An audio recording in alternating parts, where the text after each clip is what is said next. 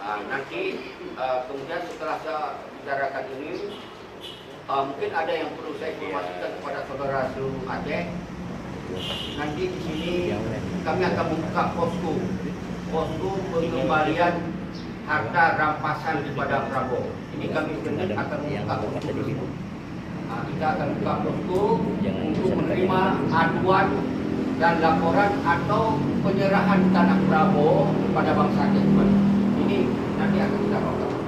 Baik, nanti setelah saya baca pernyataan ini, saya akan lanjutkan sedikit nanti tentang apa maksud membuka posko.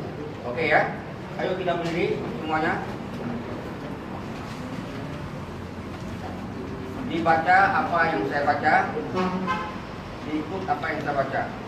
Sudah siap? Ya. Bismillahirrahmanirrahim. Bismillahirrahmanirrahim. Allahu Akbar. Allahu Akbar. Allahu Akbar. Allahu Akbar. Allahu Akbar. Allahu Akbar. Kami masyarakat Aceh Kami masyarakat Aceh tidak akan takut menentukan pilihan capres, cawapres RI menjelang pemilu tahun 2019 yang aman, damai, dan demokrasi di Provinsi Aceh.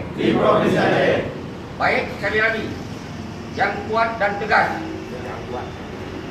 Kami masyarakat Aceh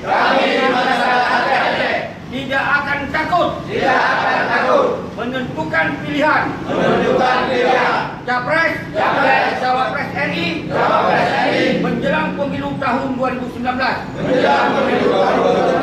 yang aman, damai, dan demokrasi di Provinsi Aceh.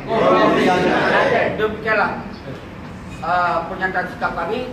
Semoga seluruh bangsa Aceh yang saya sebut tadi ulang.